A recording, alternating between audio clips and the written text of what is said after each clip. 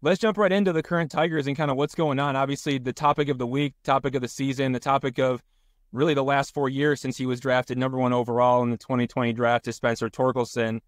Curious from your vantage point, like what you've seen with his swing, why he's not able to get on time for fastballs, and maybe what he can do to get back to being his former self. We saw him hit 31 home runs last year.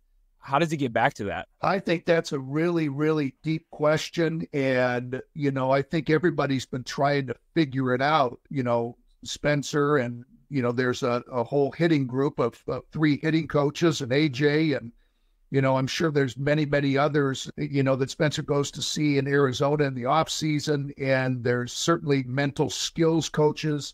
But there's a whole host of things going on there. And I feel so bad for him. He's one of those guys that you just root so hard for, but the real thing is it probably needed to be done, and hopefully he can go down, get everything righted.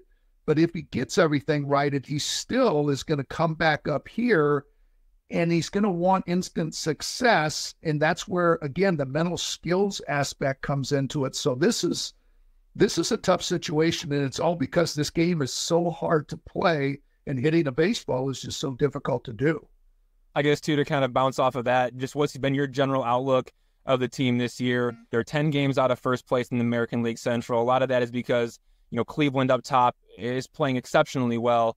But what have you thought about the team as a whole, right? Like Torkelson is one piece of, hopefully what is a winning puzzle.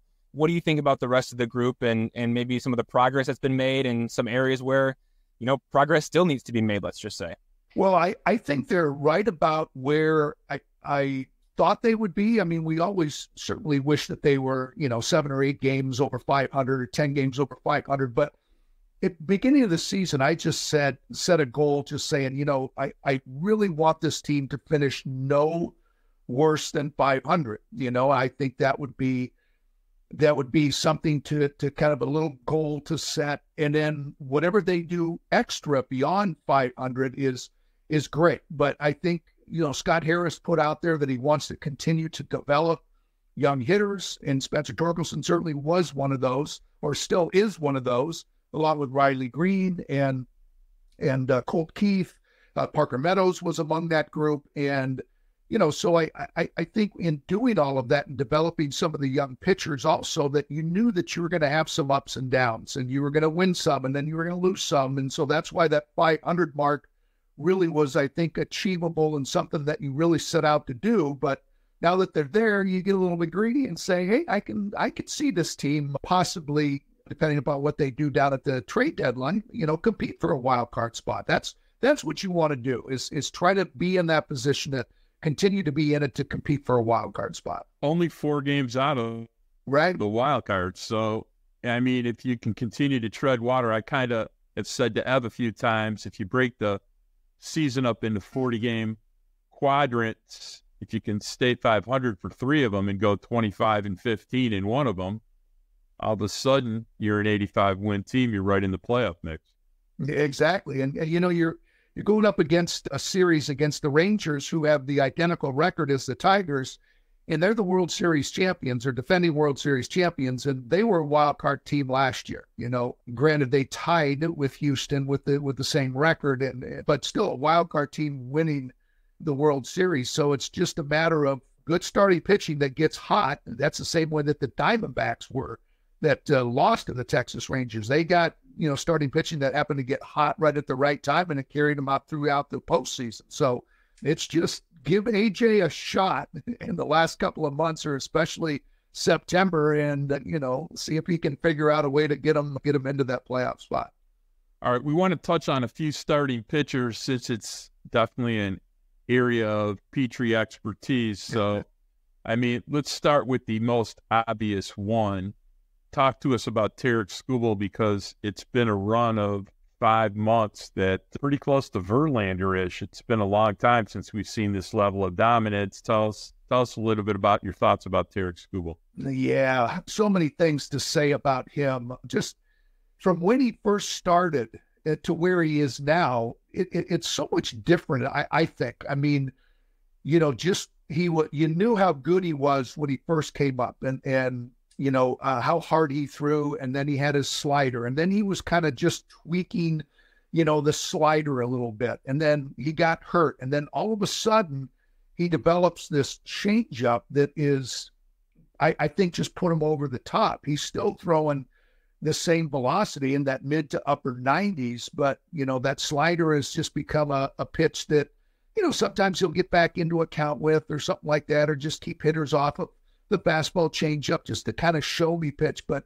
man, it's that fastball changeup combination right now that is just unhittable, the way he pairs each of those two fastballs, the four seam and the sinker, on the outside part of the plate, on the inside part of the plate.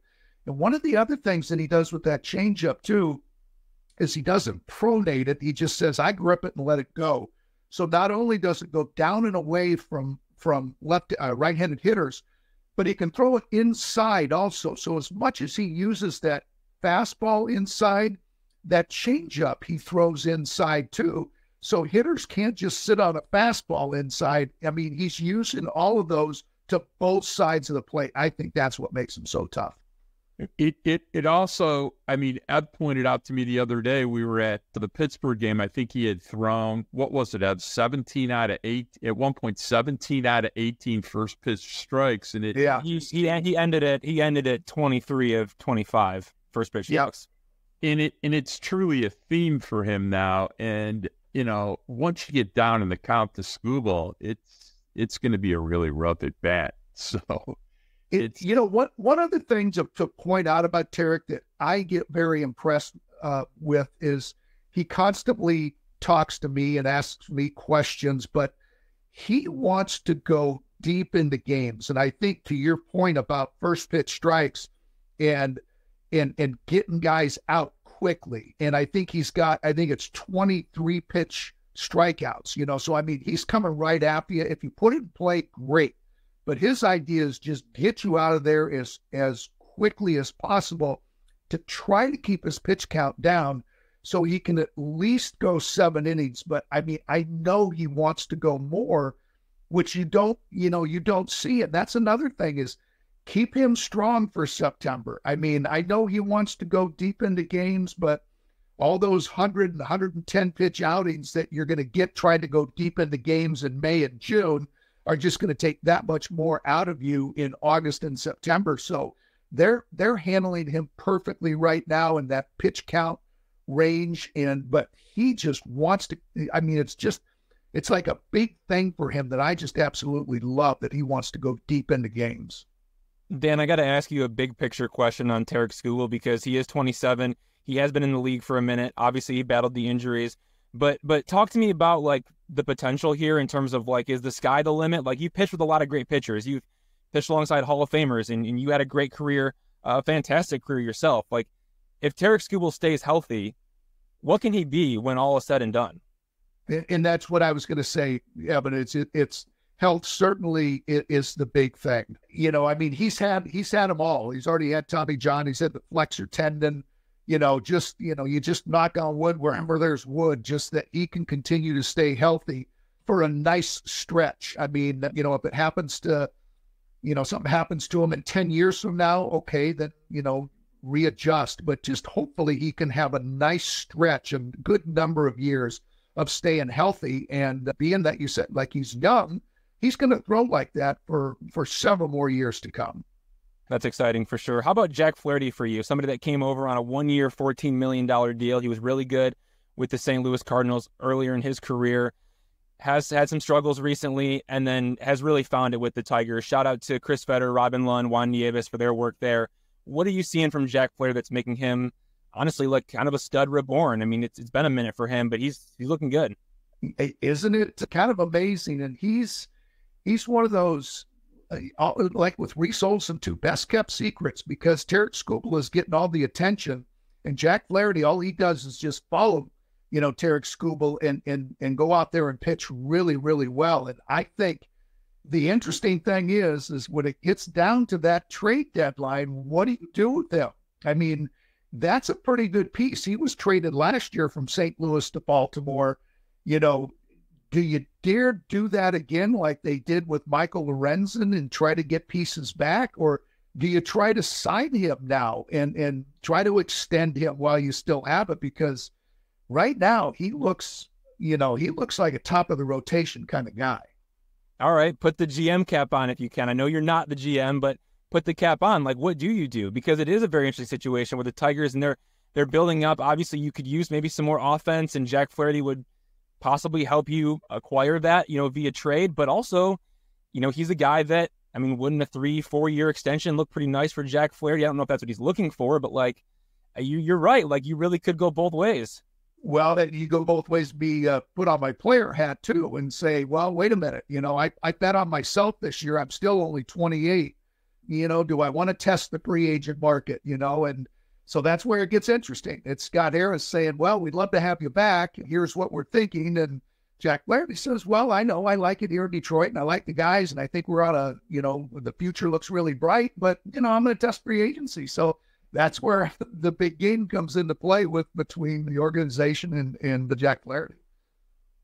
I mean, you got to ask yourself too, Dan, that, look, it's not, it's kind of a criticism, but they haven't exactly made any large scale trades in the Harris tenure as, the Pobo yet. So you got to be a little concerned if they're going to deal somebody like Flaherty. This is not a small scale deal here. So right.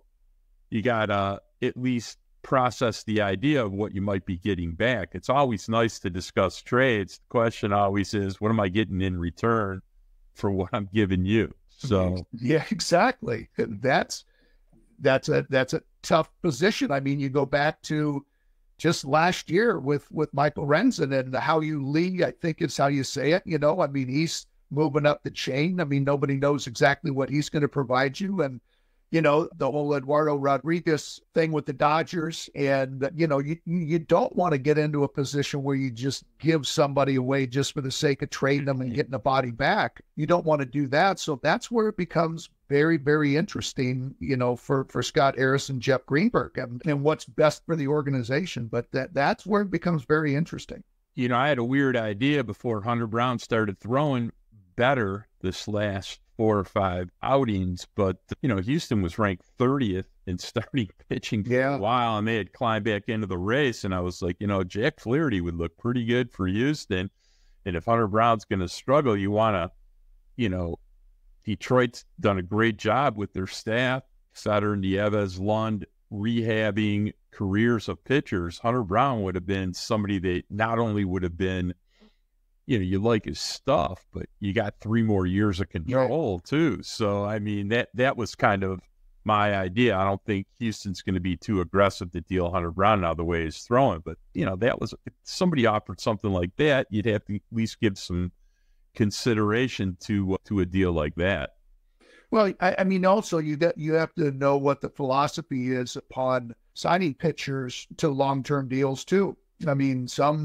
Some organizations don't want to do that, just because of injuries and things like that. So, think of the Tampa Bay Rays. They're historic for, turning people over and still continuing to win. So it's a matter of what the organization feels is their strategy as far as locking a player up for how many years and what kind of risks are involved. So, but yeah, Hunter Brown being a local kid and having that arm and everything, that certainly is a thought. But yeah, that's what makes it so interesting, is especially you have to find out where you are at the trade deadline as far as the standings go and the conversation that you're having with a guy like Jack Flaherty. Still have a ways to go until we get there, but let's shift gears to Reese Olson. Dan, what have you seen from him? The secondary stuff, off the charts, as we know, with the changeup, the slider. What have you liked about the way that he's matured from the time that he got to the big leagues last season? He's a guy that he doesn't say anything. He's so quiet. He just comes in and just kind of under the radar. And the numbers that he's put up are, other than the win-loss record, which we all know about the run support not being there and everything, but he just goes out there and pitches solid game after game after game. But that's the thing about him, is it doesn't matter what lineup teams throw at him, he's got the stuff to combat it. Like a lot of times, you go up against a team that throws, for instance, a lot of right-handed hitters at you. Well, he's got the stuff to attack that.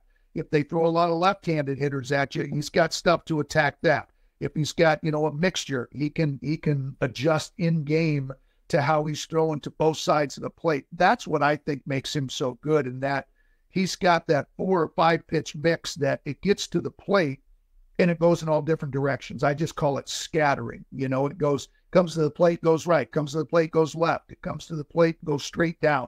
There's just so many different things that he can make do that it's very hard. They talk about you can't cover everything. Well, how do you cover one side of the plate when the ball is coming in and just going every which direction? That's what I think makes him so hard to hit. All right. I also wanted to touch a little bit about Casey Mize as somebody that featured a slider as a big part of his arsenal in his career, which, was you.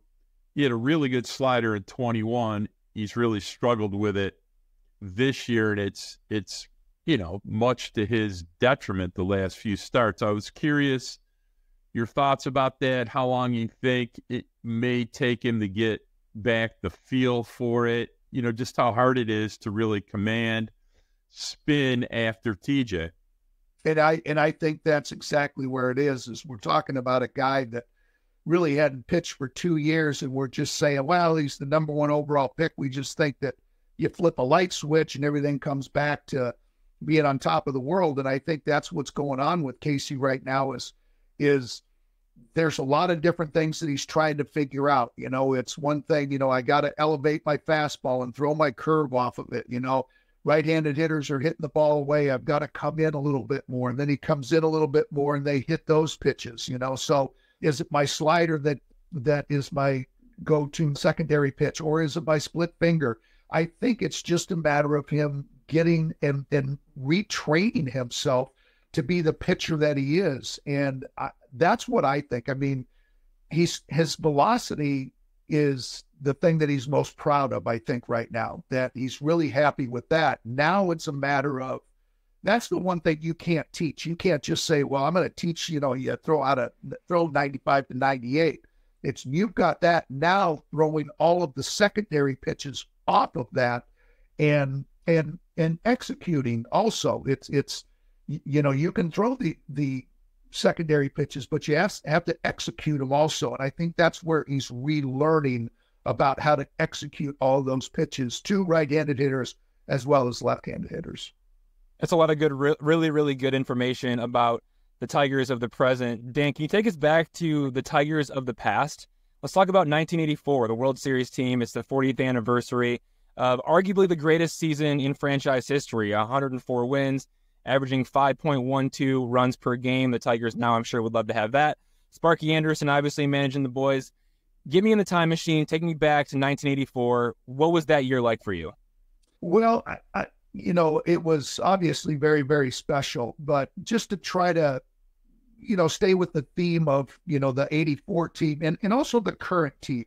The thing I remember about the 84 team so much is that a lot of us, or the core group of us, came up through the minor leagues together, got to the major leagues at almost the same time too, or within a year or two of each other, and went through a lot of losing together and winning, as we came closer to 84. But we had to go through a lot in the minor leagues in the early days of the major leagues before we got to 84 to win. And, the current team is built similar to that, where you've got players that are being developed in the minor leagues, and then you're adding a piece from outside the organization here and there.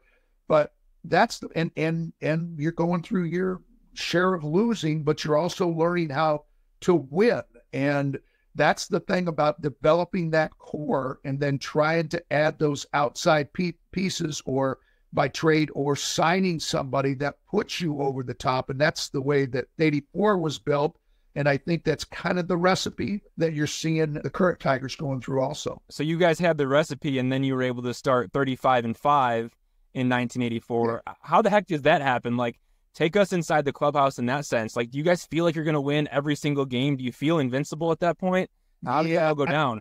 And that's exactly the way it was. But again, 83, we had a great season in 83 and fought the Orioles right down to the end, and they ended up winning the World Series. But we knew that we were really close going into 84, and we obviously added some really big pieces in the offseason I was just talking about, and by trades, and that kind of, set us up. But I mean, those kind of starts, seriously, don't happen in the Little League. They don't happen in college or high school, let alone the big league. So, I mean, it's crazy how that all transpired, but it was, and I think the other team knew a little bit too. It was almost like, you throw your glove out, you're going to win. I mean, that's kind of the way it seemed. I mean, because we won our first, 17 games on the road to start a season. So, we're in the end of May, I think, before we lost our first game on the road. So we're coming into the visiting ballparks and have this great record. And they're like, oh my gosh, we got to play the Tigers. And they knew they had their hands full. And when you look at that roster, and it was a very, very good team. All right, Dan, I want to ask you one real fast question. You threw 1,000 innings over a 4-year period, and that isn't even anything remotely close to what goes on today. Tell me what kind of toll it took on you, just so people understand how different things used to be and how things are today. It is such a great question, and something that I never thought about until I started getting back and getting really close to the game like I am now. Back when I was doing that, I was, my early to mid 20s. I mean, I was invincible. I mean, nothing was going to happen to me. I wasn't going to get tired. I wasn't going to wear down. I wasn't going to get hurt, and when you, and that was before conditioning, and everything that they do now, and nutrition. It was, we did a little bit of weight work, but it was more about keeping the rotator cuff strong, so you didn't have issues there. I mean, that's where I look back and say, wow, it would have been great to have all of the information and all of the tools that today's pitchers have. But it took a lot out of you, a lot. And that's why I think they're so careful with pitchers nowadays of why they don't extend them out, because they've done studies on that. And it wouldn't surprise me if I was part of a study. I'm sure there's a big group of people that have tried to look at that and see what kind of effect that did have. But I wouldn't have changed anything, I'll put it that way, because it's something that you took a lot of pride in. But I don't blame organizations at all for watching what they do and how they treat pitchers, especially starting pitchers in today's game. Yeah, well, they pay them a lot of money, so they want to try to preserve their health. I want to make sure that people understand the greatness of Dan Petry. He did win 68 games over those 4 years, which is, 17 games a year. That's a lot of baseball games. All right. Last question for you, Evan. I want to know, how'd you get the nickname Peaches? Well, I'll say it that I hope you guys call me that. All my friends and, the former teammates call me that, but there's a couple reasons. Is the last name Petry, they call me Peachtree, which of course when you're young, if they don't, they tease you. So I hated it. So, they continue to call me that. And then I matured very, very late in high school. Actually, I graduated at 17 and was still growing a lot, still hadn't really fully matured, and had the old peach fuzz, so, they said, oh, you look, like a little peach, look at that, and so it turned into Peaches. And then that was in high school. And then somebody wrote me a letter my first year in professional baseball, and they addressed it Peaches Petry. Then when they brought the mail in, they just laid it on the stool in front of your locker, and people saw the letter sitting there and Peaches Petry. And so then all the guys started calling me Peaches, and it's stuck until this day. That's incredible. That's a great story. Yeah. And we can call you Peaches now? Of course. That's, yeah. I mean, Dan is fine too. I mean, but yeah, Peaches is like, Tram to this day. I can hear his voice. It just, every time I see him down at Comerica Park, it's Peaches, and it just brings a big smile on my face. That's incredible. All right, Dan Peaches, Petry, I'll be address you. I think that's all we have for you today. But man, oh man, we really appreciated your time and your insight into a variety of topics like pitching staff, 1984 team, your nickname. Hopefully we can get you back on the podcast at some point in the future, maybe towards the end of the season when Tarik Skubal enters the final stretch of his Cy Young race. Yeah. Dissect him a little bit further. That'd be a lot of fun. Wouldn't that be great? No, thanks for having me on and getting caught up with both you guys, and continued success to the two of you. And yeah, let's keep our fingers crossed that we're continuing to talk about a big award for Tarik Skubal. No doubt about it. We're looking forward to talking more. Thanks a lot, Dan. You got it, Mark. Okay, guys. Take care.